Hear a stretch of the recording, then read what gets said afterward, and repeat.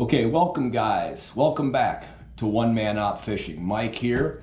I am not able to get out and fish this week. I'm working on my day off. So I've been wanting to do a quick video on bank fishing for beginners. But you pick up some things when you're bank fishing. Bank fishing is very different from fishing from a boat. It's just different angle. You're on the bank versus being in a boat. You're casting into the deeper water versus in a boat where you're casting to the shore, okay? Obviously, if you get caught on something on the other side of the lake, if you're able to cast across or the canal, you just can't walk across over there or row your boat up and unhook your line. So first I want to cover equipment for bank fishing. First, there's two schools of thought. Okay, if you're able to access lakes where there are not a lot of trees along the bank. See, in South Florida, almost all of our lakes are man-made, okay, other than obviously the Everglades. But most of our lakes that I fish that you see on my videos, they weren't lakes 20 years ago. They were all dredged, okay, and then they strategically put trees along the shore. So what you'll see is, if you're in an area where there's a lot of tree cover, I would probably go with a rod between 6 and 7 foot, okay? Something a little smaller so you can sidearm cast and you're not worried about hitting the trees above you. Where I fish, there's not a lot of big trees, pine trees or things like that I have to worry about. So I prefer a 7 foot or better rod. Most of my rods are actually, all of them except one, are 7 feet or better. I actually want to get me one that's like 7.6 or 7.8, something really long for bank fishing, because obviously cast distance comes into play. Again, if you're on a boat, most of your casts are 20, 30, maybe 40 feet away. Totally different situation. So lots of trees, lots of overhead branches, a shorter rod, 6 foot maybe, somewhere in there. I wouldn't go any shorter than 6 foot. Not a lot of trees above you, 7 foot or better. And I would go with a medium heavy action rod for bank fishing. It's kind of a universal rod you can use. All right, number 2, line. For my money, braided line is the best thing to use if you're bank fishing. You want that extra strength, whether you're using a 20-pound 0.06, a 30-pound 0.08 diameter. I prefer braid if I'm bank fishing. It doesn't really matter as much if you're on a boat. It just doesn't. You can use braid, you can use mono, you can use fluoro, whatever you love, because again, you're only casting a short distance. And if anything gets hung up and you don't want to lose your $10 Rapala lure or your $10 Kevin Von Dam lure or whatever it might be, you just can't row over there. So if you're bank fishing, you want something strong. More than once, I have gotten caught on something in the deep water, a rock or maybe a tree limb that I couldn't see, and I've pulled on my braid, my 30-pound braid, and I've bent the hook out, which, hey, easy peasy. I didn't lose 20 feet of line. You know, all I had to do was bend the hook back or put a new one on. You're great. In terms of lure selection, you can knock yourself out. I fish a lot of soft plastic baits. You've seen my videos, lots of Senko style stick baits. I've got some other creature baits. I'm going to start going to some more. I want to get my hands on. I fish lizards. I also want to get my hands on some of the plastic crawfish, because believe it or not, in South Florida, you do have quite a few freshwater crawfish in these waters.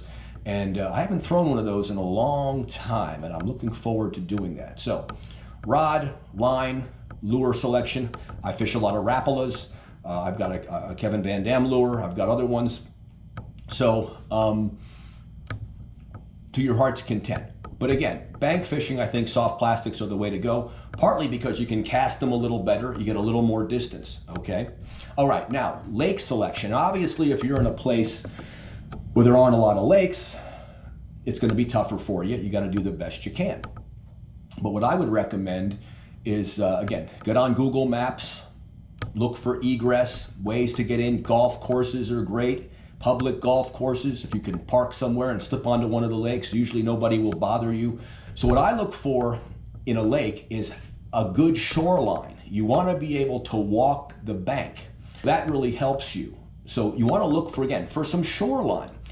And when you're fishing these lakes, nothing wrong with fishing the deep water, but one of the things you want to look for is, can you cast to the other side? One of my favorite techniques, if I'm on A lake that's a little more narrow, or on a finger of that lake, is I like to cast my soft plastic, usually my stick bait, to the other bank. I land it in the grass or on the first few feet of soil or rocks, and then I like to pull it into the water. Many times, as soon as that bait hits the water, 1 or 2 feet in, bang, you get a hit. Okay, because the bass on that side, you haven't spooked them, you're not walking around causing any vibration, and that's the technique I like to use. So, lake selection, you want to have some bank to walk. Obviously, if you've got some cover along the bank, that's nice for a couple reasons. First, the bass are going to be staying cool there, especially in August, but you can also stay cool there. There's nothing worse than being out in that blazing sun in August, or any of the summer months, especially in South Florida, but anywhere really, and having that sun just beating down on you all day. Maybe when you're 25, it doesn't affect you much, but when you get over 45, you're going to feel it a lot more. So, and of course you want to wear your cover, a hat, shirts that are proper, all the stuff you need, lotion. So, a good amount of shoreline. Hopefully a lake that's got some corners in it, because you want to fish the irregularities. You want to fish the ends, the bank, any place there's a turn. If there's an outcropping, if there's an elbow, you want to fish that, because that's where bass are going to hide out, the points. So you're going to be fishing from the bank, and you're going to be looking for those irregularities in the water. Is there a laydown? Is there a tree that went into the water? Is there a big tree over the water? Maybe branches are falling in there. Got to be careful casting to them, but a lot of times the bass will be hanging out there.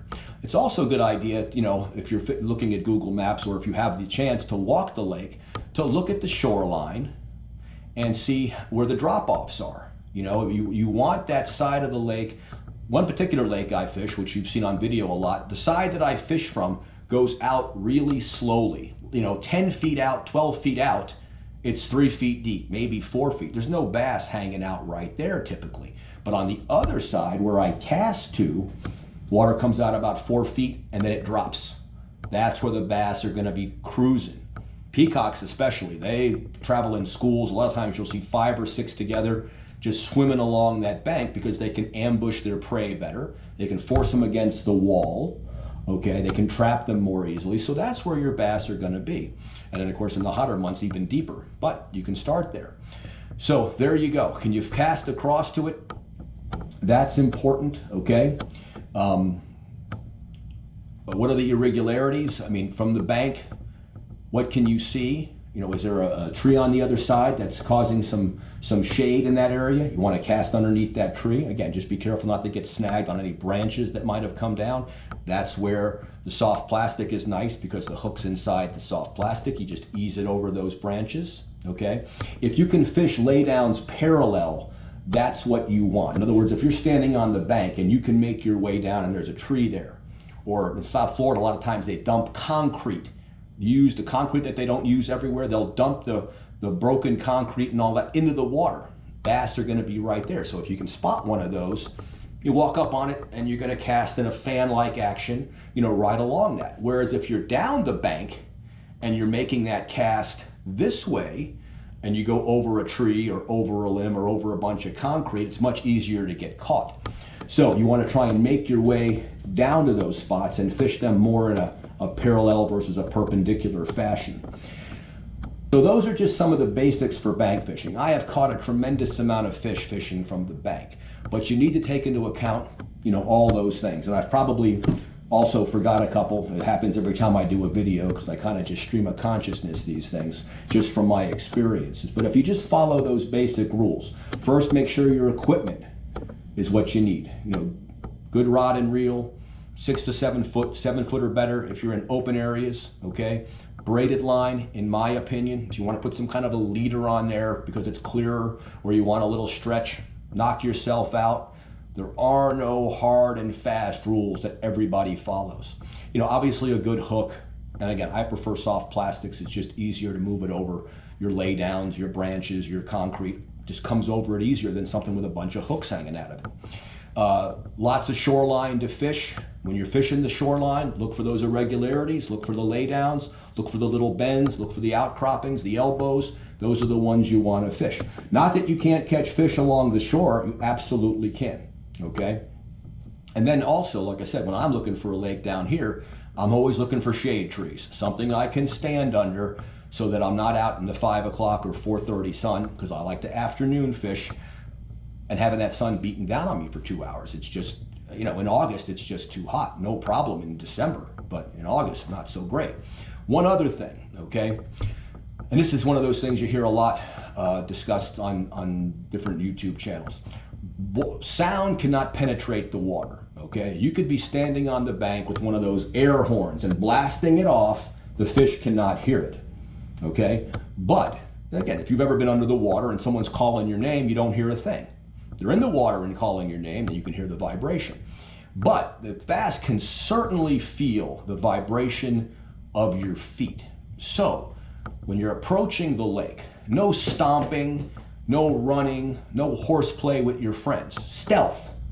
Stealth up, get 20, 30 feet, make your first casts into 10 or 15 feet out of water, just right there. See if any bass are right in that area.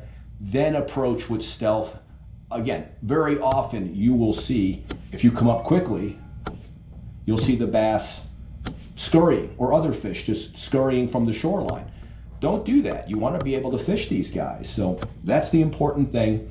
Approach the lake with stealth. Again, talking doesn't really matter much, but foot stomping, heavily romping, not good. Stealth approach. All right. I hope you found this video at least somewhat informative. Leave me a comment, leave me a like, subscribe if you like the videos. Go back and watch some. You see when I fish these lakes, I do a lot of this.